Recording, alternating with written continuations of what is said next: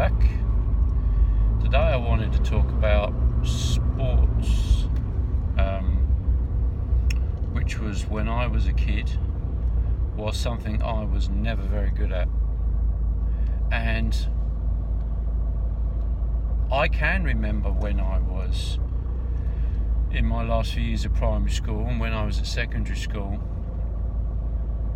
really struggling at sport in general, but struggling to understand why I wasn't very good at sport when there were people around me that I thought shouldn't be good at sport and that were of a similar build to me, and they were just a lot better. And I really struggled to make my mark or an impact at sport, and I was one of the kids that was always chosen last. I was there with the how can I put this kindly, the more physically challenged people of my year, and I kind of always was in this bottom group, and I hated it when you had a sports event or a physical education class and they assigned two captains, always the best two football players, let's say, and then they would choose teams. First of all they'd choose their mates, and then they'd choose people that, even if they didn't like, they knew were quite sporty, could control a football, could hit a football. And then it would come down to the Hobson's choices that they had. I don't really want either of these in my team, but if I've got to pick one of them, I'll pick you. But it was never me. I was always one of the ones right near the end, and I was acutely aware of that. But what I realise now is that people with autism and Aspergers do have issues with sport and coordination. I've heard many stories of people with autism struggling to, one of the things I can distinctly remember was in our PE classes we had to regularly do sprint tests over various distances, and we had to be timed, and you had to, because that had to go towards your end of term grade. And I always remember absolutely dreading them, proper feeling physically sick. Because I knew I was rubbish, but I was acutely aware that I had a really strange way of running. I think a weird gait when I walked, and I wasn't overly clumsy, but I wasn't graceful, I think is more the term I'm trying to think of, where you could watch the other kids run and they were like proper running. With me, I always felt I was like a real ugly duckling trying to run, and I just couldn't run fast. I just simply couldn't coordinate my arms and my legs and everything together to make a graceful movement and be good at it. And my research has found that that's a very common problem with people with autism.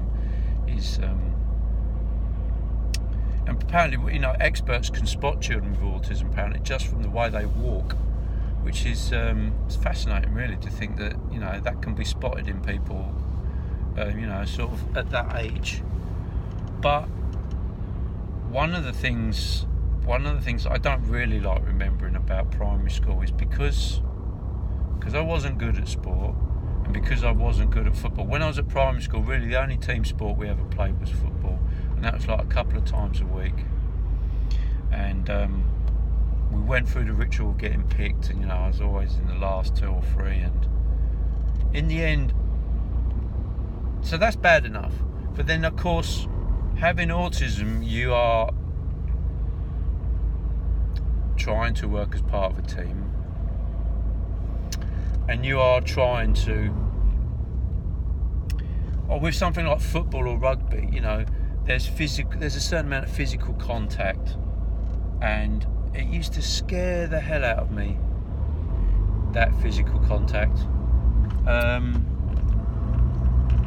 If I was running with a football and someone came towards me to try and tackle me, I was already flinching. I was already pulling out of the tackle. Tackling was like something that, that was like one of the worst feelings I remember at school. Actually, is that. And at primary school, I actually got myself excused from football when we had a team match.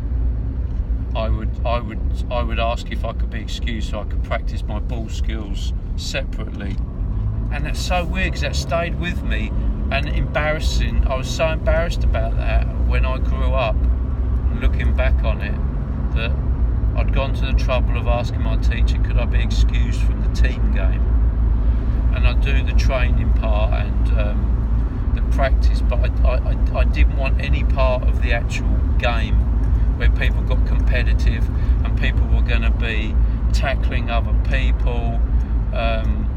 And to be fair, you know, my teachers went with it, and they let me do it. They didn't force me to do it, but I definitely, that was the first time I'd felt something. I didn't know what had segregated me from the rest of the pack, from the rest of my peers, from the people around me, and I was inherently embarrassed by it because my dad was a good footballer,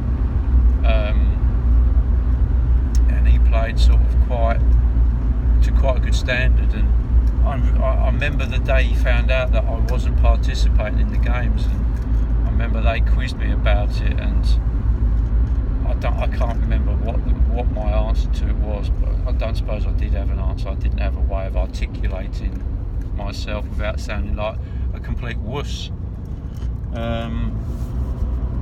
So team sports for people with autism and contact sports, you know, they're a massive thing to put them into, and just sport in general. Now, if you define the realms of sport a bit more widely and a bit more loosely, and you start incorporating what I would call pastimes like snooker or darts or those things, I was very good at. I mean, snooker was my competitive sport because it was a solo occupation. I lived and died on my own decisions and my own skill level and my own practice, and I was in charge of everything, and I got really good at snooker. I was the club champion. I played many professional snooker players, and I was really good. There was a lot of people that were a lot better than me, but I was really good.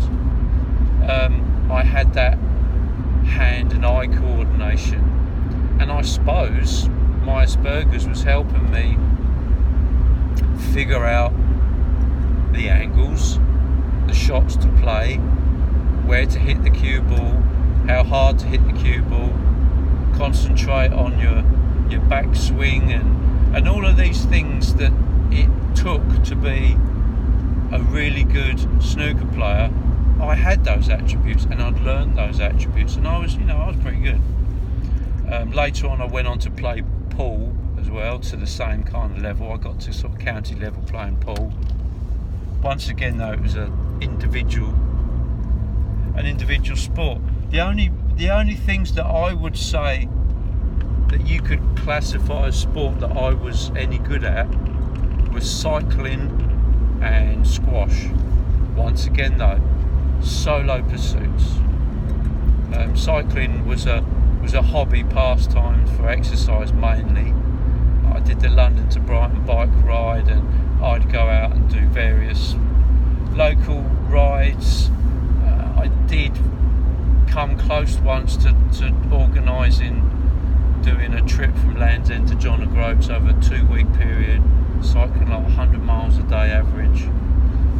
I was quite into that. And squash, I was very good at squash, and I got a really bad ankle injury that stopped me playing it, and I wish I could play it to the same level now, because once again I think it was angles, I think it was coordination, anticipation, quick thinking, all the things I was good at.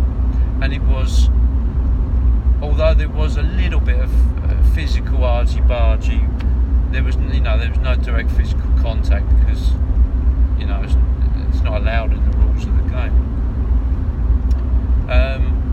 But the funny part about football especially, I did get a lot of satisfaction out of kicking a football, and I was actually quite accurate in kicking a football. I saw myself as a bit of a Glenn Hoddle midfield player. He was a famous footballer when I was a kid for the team I supported, Tottenham, where I could hit a ball and I could pretty accurately hit something with it by judging the right weight and the right swing.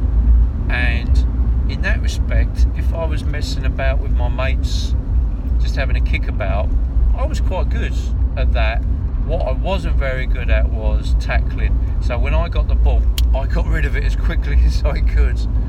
But when I was put in a situation where I had to play in an actual match, I was absolutely petrified. I now know that was my Aspergers, my autism, and also that there's this thing about, I'll have to do a bit more research on it myself, but it is a thing. It's not like a little thing. It's a big thing about people with autism and their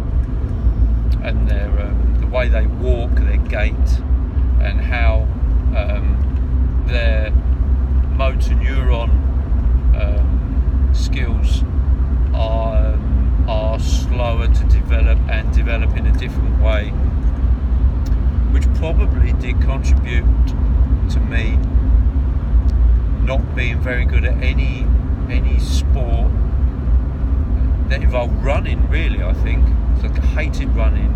Football and rugby, they involved running. Athletics, hated all of that. But anything that was a one-on-one thing that involved some skill, then I was all up for that, and that's how I made up for my competitive quests. I did them as solo pursuits, not as team efforts.